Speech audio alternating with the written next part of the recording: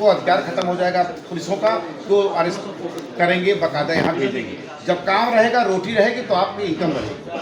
दूसरा मेरी डिमांड है, जैसा कि कह रही कि हमेशा मैं अग्रसर रहूँगी और कोशिश करूँगी कि LCA में, दिल्ली लीगल सर्विस अथॉरिटी में इंटरव्यू की प्रथा खत्म कर दी जाए और सभी को LAC बना दिया जाए, LAC माना जाए। इसके लिए हड़ताल करें। एनी हाउ एक्सटेंशन खत्म नहीं कर सकते, तो कम से कम ये किया जा सकता है कि LAC सबको बनाया जाए, इंटरव्यू की प्रथा खत्म कर दी जाए, जिससे कि वो काम रोटेशन पे, सबको रूटीन बेसिस पे सबको पेश में। ठीक है ये जी। बहुत बड़ा डिमांड। तीसरी डिमांड इनका ये कहना है कि मैं पूरा करने की पूरी कोशिश करूंगी कि वकालतनामा जैसे अलीगढ़ वगैरह में है कि बार बेचेगी, भले वो 200 रुपया काट ले और 800 रुपये इनको वापस हो, ये प्रथा स्टार्ट कर दी जाए और ये होना चाहिए। वकीलों के हित के लिए, जो वकीलों के हित के लिए काम न करे वो बेकार है। बिल्कुल। इसके लिए इन्होंने ये अग्रसर है और अभी कमिटमेंट कर रही है कि इन फ्यूचर में इसके लिए बहुत ही अग्रसर रहूंगी और करवाने की पूरी कोशिश करूंगी। बिल्कुल बिल्कुल। मेरा ताली। सबसे बड़ा कमिटमेंट जो है कि कोई भी पॉलिसी अगर लाई जाती है, चाहे वो DLSA के उससे लेके आई जाए या किसी भी जो हम कॉन्स्टिट्यूशनल प्रोविजंस आते हैं उनको लाया जाए, उससे पहले एक रिसर्च कमेटी बना के हमारे व्यूज उसमें इकट्ठे किए जाए, उसका फार रीचिंग इफेक्ट कंसिडर किया जाए, उसके बाद कोई रिजोल्यूशन लाया जाए। उस रिजोल्यूशन पर हम सब लॉयर्स की एक बहुमत वाली कंसेंट आने के बाद ही उसे एक्ट बना के हमारे सामने लाया जाए। ऐसे हमारे सामने लाके ना रख दिया जाए कि बाद में हमारा रोष आता है, स्ट्राइक्स होती है, उन स्ट्राइक्स का जो भी नुकसान होता है वो हम सबको भली भांति पता है। हमारा जो भी रहे, we are the intellectual class, highly educated class, और अगर उसमें हमारा रिप्रेजेंटेशन, हमारा एक एजुकेटेड तरीका नहीं है खुद को रिप्रेजेंट करने का, तो फिर हमारा क्या फायदा। तालियां।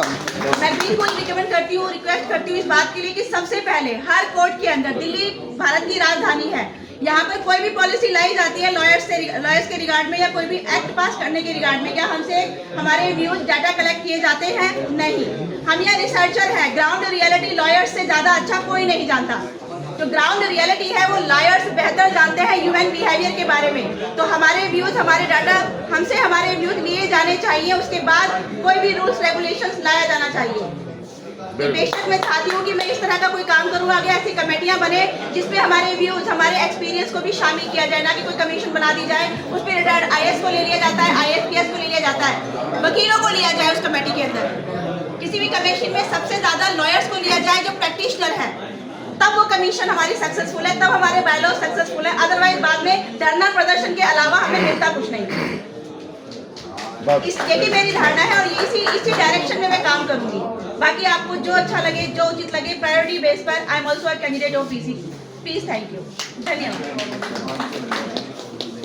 सभी साथियों को नमस्कार। जैसा कि आप सभी को विदित है, आज संत शिरोमणि गुरु रविदास जी की जयंती कड़कड़ नुमा कोर्ट परिसर में मनाई जा रही है। गुरु जी का संदेश था, ऐसा चाहूं राज में मिले सबन को अन्न, छोट बड़ो सब सम बसे रहदास रहे प्रसन्न। तो जितने BCD में कैंडिडेट लड़ने वाले हैं या जितने बार में, गुरु जी की इस वाणी को याद रखें। जब जीत के चले जाते हैं तो वो छोट बड़ों में अंतर करते हैं, अपना पराया दिखाई देता है उन्हें। कहते कुछ हैं और करते कुछ हैं, जैसा कि हम अभी देख रहे हैं। अभी यहाँ पर ये न्यू एडवोकेट्स हैं, शायद जिन्हें फर्स्ट जनरेशन बोलते हैं, फर्स्ट जनरेशन, तो इनके लिए मैं इन्हें देख रहा हूँ। सब सीनियर्स ने इन जूनियर को पहले तो फाइल लेके चलो कोर्ट में, और अब चुनाव कैंपेन में लगा रखा है। भाई इनके लिए कुछ ना कुछ आप इनके लिए ऐसा करें इस कोर्ट में भी और BCD में जाकर भी, कि ताकि इन्हें ये लगे कि हाँ हमें भी गुरु का ज्ञान मिला। तो और जहां तक बात है गुरु जी की, इन्होंने समाज में फैली हुई कुरीतियों को दूर करने के लिए मानव सब समान का संदेश दिया। और समाज में कुरीति क्या है, मैं चुनाव में कुरीति देखता हूं।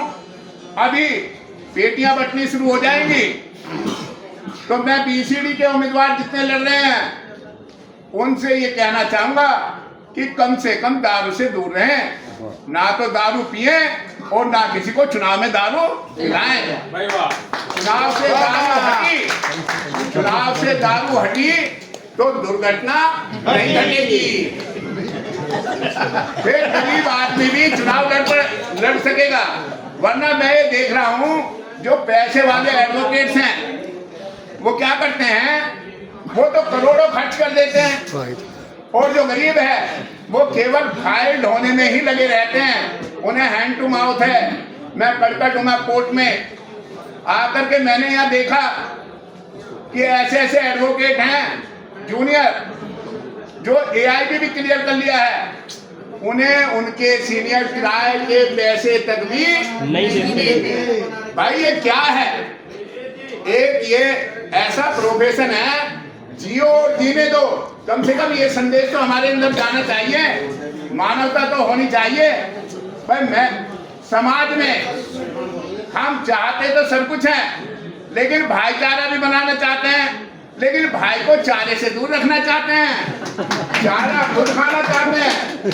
तो भाई भाईचारा कैसे बनेगा? बिल्कुल सही बात। अब मैं देख रहा हूँ चुनाव एक प्रोसेस है, सभी लोग लड़ते हैं। तो गुरुजी ने फिर एक बात और देखी मैंने चुनाव में, गुरुजी का संदेश है जो केलन के पात पात में जो मानुष की जात जात में, जाति ऐसा दंश है जिसके आधार पर हम किसी भी पेशे में हो।